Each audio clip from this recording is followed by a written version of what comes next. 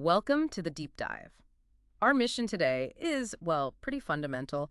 We're taking physics, the most basic science. The bedrock. Exactly. And we're using it as a lens, a framework to see how it underpins, analyzes, and sometimes, frankly, where it hits a wall with pretty much every other major field. It's a big task. And for this dive, we're thinking of physics like the modern version of natural philosophy. It sets the basic rules. Everything's atoms, right? Right. And everything that happens is just those atoms Yeah. jiggling and wiggling around. That's the core idea from the source. That's the premise. So we're tracing that influence, these complex, subtle connections described in the material. It's really quite beautiful stuff. Okay, let's unpack this. We have to start with the closest relationship, the field that physics has, you could argue, almost swallowed whole, chemistry. Well, yeah, the history there is fascinating. It goes both ways. Early chemistry, studying, non-living stuff. Rocks and liquids and gases. Yeah, that was crucial for finding all the elements, figuring out how they combine. And all that work gave physicists massive, concrete evidence for atoms existing in the first place. That makes sense. And chemistry really hit a high point with Mendeleev's periodic chart, right? Organizing everything so neatly. Absolutely. But then physics brought in quantum mechanics. And the sources make a really strong claim here about reductionism, don't they? They certainly do. The claim is basically that theoretical chemistry is, in principle at least, just physics. Quantum mechanics explains it all. Explains it all. But, and this is a huge but. This is where it gets tricky. Knowing the rules doesn't mean you can actually predict the outcome easily. Precisely. We know the quantum rules for how every atom interacts, but try to predict what happens when you mix, say, two really complicated chemicals. Forget about it. Yeah, it becomes computationally insane. Or just theoretically too hard. Knowing the rules doesn't make you a chess grandmaster. Yeah. And that difficulty, that complexity, that's really where the next field comes in. Right, because reality is messy, which is why we need statistical mechanics immediately. So what is that exactly? Why is it so vital? Statistical mechanics is basically our way of coping with insane numbers. You've got billions upon billions of atoms in even a tiny thing. The source says jiggling around in a very random and complicated way. You just can't track them one by one. No chance. So statistical mechanics lets us talk about the group, the average behavior, using probability. It's the science behind heat thermodynamics. It handles situations where the sheer numbers are just too much. Okay, so the modern branches of inorganic chemistry, physical chemistry looking at reaction speeds, how molecules collide, and quantum chemistry trying to understand reactions from first principles, they both build on this physical foundation. They do. And that naturally leads us towards life, towards organic chemistry. Remember, people used to think substances from living things were somehow fundamentally different. Needed that special spark or life force? Exactly. But we now know it's just, much more complicated arrangements of the same old atoms. Carbon, hydrogen, oxygen, just incredibly intricate structures.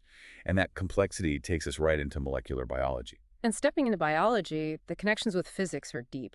Actually, biology even gave something back to physics early on, didn't it? It did. Mayer's work, showing energy conservation by measuring heat exchange in animals. It proved living things play by the same energy rules. Same fundamental bookkeeping. Right. But let's look inside at the mechanisms. The source gives this incredibly vivid picture of how nerve impulses work. It's really quite electrical. Oh, it's amazing engineering. Nerves are these tiny tubes, complex walls, and they act like pumps, pushing positive ions out, keeping negative ions in. It's like a tiny capacitor storing energy across that membrane. Exactly. And here's the cool part. When the nerve gets triggered, maybe you touch something hot, the membrane breaks down in one spot. Ions rush through. A local discharge. Right. And that discharge immediately triggers the spot right next to it to do the same. Then the next spot and the next. So it's like a waves moving down the nerve fiber. The source uses the analogy of dominoes, right? A long line of standing dominoes. Perfect analogy. One falls, hits the next, and the wave travels down the line. But the dominoes themselves, or the ions here, they don't travel the whole length. They just move across the wall locally. And that signal travels, eventually reaching a muscle. What happens then? At the nerve ending, the end plate, it releases these tiny packets, maybe just 5 or 10 molecules of something called acetylcholine. That chemical hits the muscle. And triggers contraction. Triggers contraction.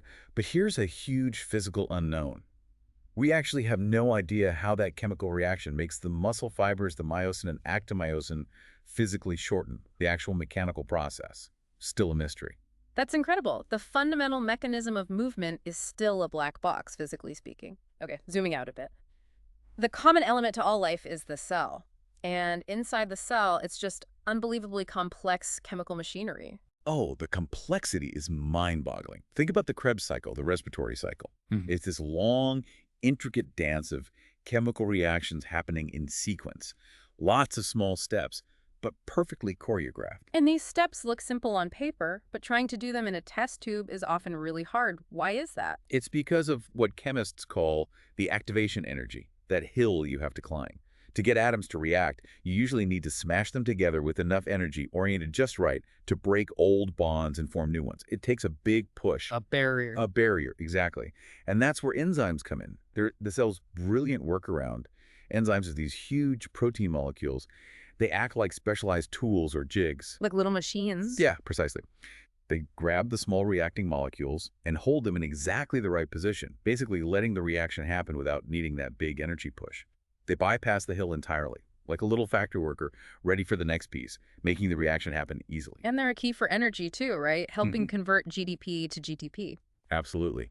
GTP is like the cell's high-energy currency. It's the charged-up energy box that powers almost everything else, including that muscle contraction we talked about.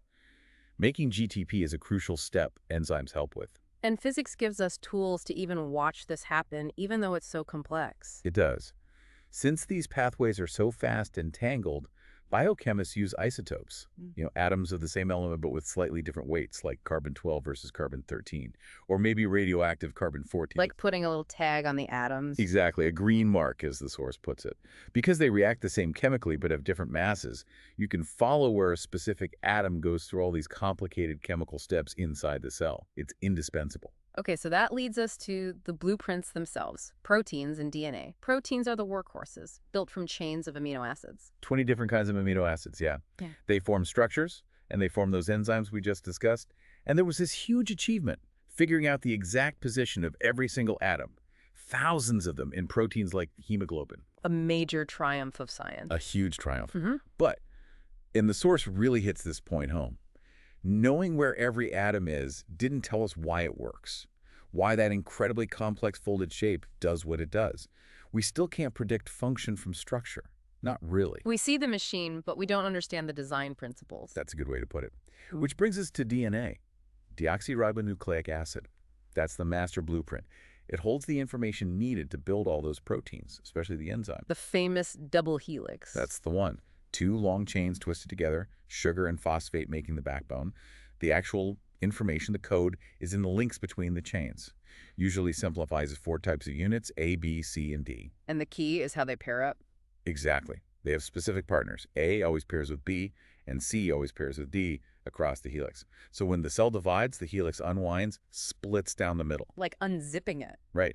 And each single strand then acts as a template to build a brand new partner strand using those ABCD rules. So you get 2 perfect copies of the original instructions.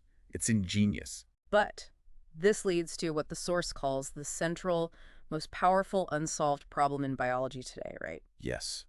How does that sequence of A, B, C, D units along the DNA actually code for the sequence of amino acids in a protein? We know the message gets carried by RNA to little factories called microsomes where proteins are built. But the dictionary, the code itself, how that translation works. Still a fundamental mystery. A complete mystery at the time this was written and still a major area of research. But despite these huge unknowns, the whole edifice of biology rests on this incredibly powerful physical assumption. That everything living things do, no matter how complex or amazing it seems, can ultimately be understood in terms of the jigglings and wigglings of atoms. That's the guiding principle. It connects everything. Okay, let's take that principle and look outwards, beyond Earth, to astronomy, which is actually older than physics, isn't it? Much older. Yeah. And ironically, early astronomy kind of kick-started physics by revealing the beautiful simplicity of how planets move. Newton's laws came from that. But the really mind-blowing discovery from physics applied to astronomy, according to the source. It's the realization that stars are made of the same stuff as Earth, the same kinds of atoms. For ages, people just assumed the heavens were made of something totally different, some perfect ethereal substance. And how can we possibly know that? We can't scoop up a piece of a star. Spectroscopy. It's amazing. We analyze the light coming from stars, breaking it down into its different frequencies or colors. Each element, each type of atom sings a unique tune in light frequencies. Like atomic fingerprints? Exactly. And by reading those fingerprints in starlight, we've confirmed they're made of hydrogen, helium, carbon, iron, all the familiar elements. We even found some elements out there like helium and technetium before we properly isolated them here on Earth. It's kind of wild that we arguably understand the inside of the sun better than the inside of our own planet.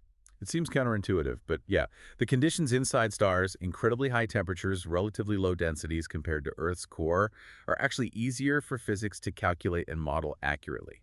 And physics explains where all that stellar energy comes from. Nuclear burning, mostly hydrogen fusing into helium under immense pressure and temperature. That's the engine. And here's the really profound bit. The heavier elements. Yeah. The carbon in your body, the iron in your blood. It's the stuff we're made of. Well, that stuff was forged, literally cooked, Mhm. inside stars, and then scattered across space when those stars exploded as novae or supernovae. We are, quite literally, stardust.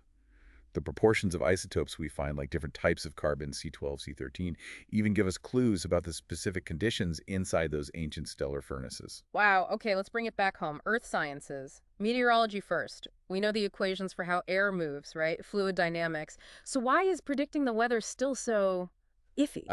Instability. That's the killer app here. The air is constantly swirling, twisting. It's inherently unstable. The source uses the analogy of water flowing smoothly over a dam. Okay. As soon as it starts to fall, that smooth sheet breaks up into totally unpredictable drops and blobs. Turbulence takes over. And in a turbulent system, the tiniest change in the starting conditions can lead to massively different outcomes down the line. The butterfly effect, basically. Pretty much. That's why long-range weather forecasting is so incredibly hard, even though we know the fundamental physical laws governing the air. And this turbulence, this instability, seems to be a recurring theme where physics struggles. Like in geology, we look at mountains, volcanoes. We don't really know the deep mechanisms, do we?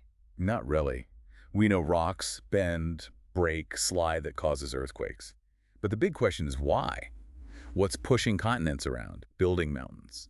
The main physical theory is deep convection currents inside the Earth. Like boiling water in a pot. Sort of. Driven by heat differences between the core and the mantle. These slow, circulating currents of rock drag the surface plates along, creating stress, folding mountains, causing quakes. That's the theory. But physics runs into a problem trying to model this. A big one.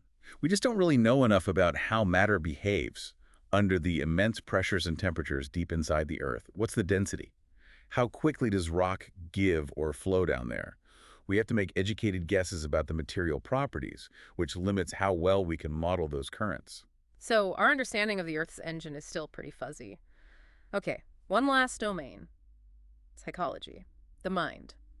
Yeah, the source touches on this, maybe a bit controversially. It does draw a distinction. It's quite dismissive of psychoanalysis, suggesting it's not really scientific in the same way, maybe more like a medical art or even witch doctoring, as it puts it. Harsh words. But it contrasts that with other areas, like studying the physiology of sensation, how our eyes detect light, ears detect sound, where there's been some, slow testable physical progress. Right. But the huge central mystery about the mind, from a physical perspective, It's memory. What actually physically changes in the brain when you learn something? When you memorize a fact or a face or how to ride a bike, what is different about the nerve cells, the connections, the chemistry? We know learning happens, but we don't know the physical mechanism of storage.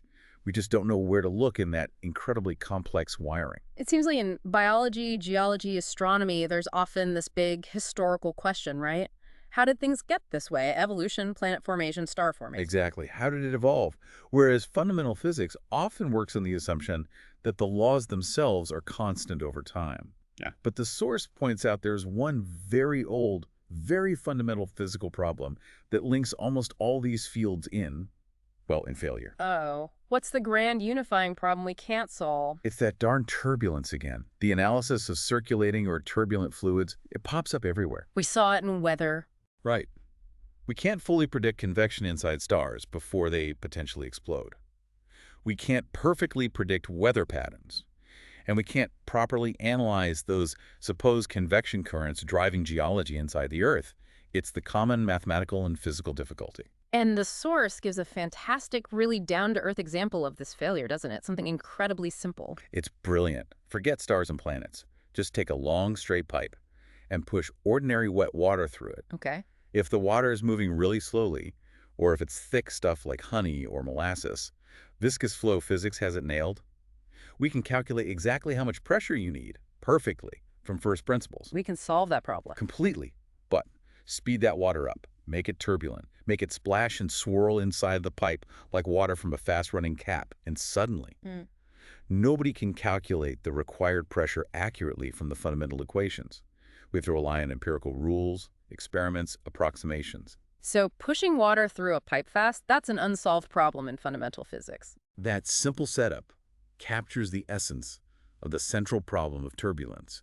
As the source says, that is the central problem which we ought to solve someday, and we have not. Wow. Okay, so after this whole tour, from atoms to stars to the mind, what's the big picture? We've seen physics underlying everything, but also hitting these hard limits. I think the big picture is precisely that interconnectedness. It's seeing how the rules discovered in one area, the behavior of atoms genuinely apply everywhere, explaining chemistry, driving biology, building stars, shaping planets, even posing the deepest questions about our own minds. It reminds me of that quote, sometimes attributed to Feynman, too, about seeing the whole universe in a glass of wine. That's a perfect analogy here. You hold up that glass, Yeah. you see the physics in the swirling liquid, the reflections, the evaporation. It's made of atoms obeying quantum rules. The glass itself is distilled rock, part of Earth geology. Right. The wine exists because of biology, the yeast, the enzymes doing their chemical work during fermentation, Yeah. and the carbon atoms in the alcohol. Cooked in a star billions of years ago, astronomy. It's all there. Nature doesn't draw lines between these sciences. We do. We do, for convenience. But the source leaves us with this really powerful thought. Seeking understanding in one area often leads to breakthroughs in completely unexpected places, like Louis Pasteur studying the chemistry of why wine spoils. And ends up discovering germs and the cause of diseases. Exactly. The interconnectedness of truth is far more marvelous, intricate, and surprising than we could ever just imagine on our own. That's the real magic. So maybe the takeaway is to appreciate that underlying unity. Next time you see water swirling down a drain or feel your own pulse, remember it's all connected back to those fundamental, elegant, and sometimes frustratingly complex jigglings and wigglings of atoms. We hope you enjoyed this deep dive.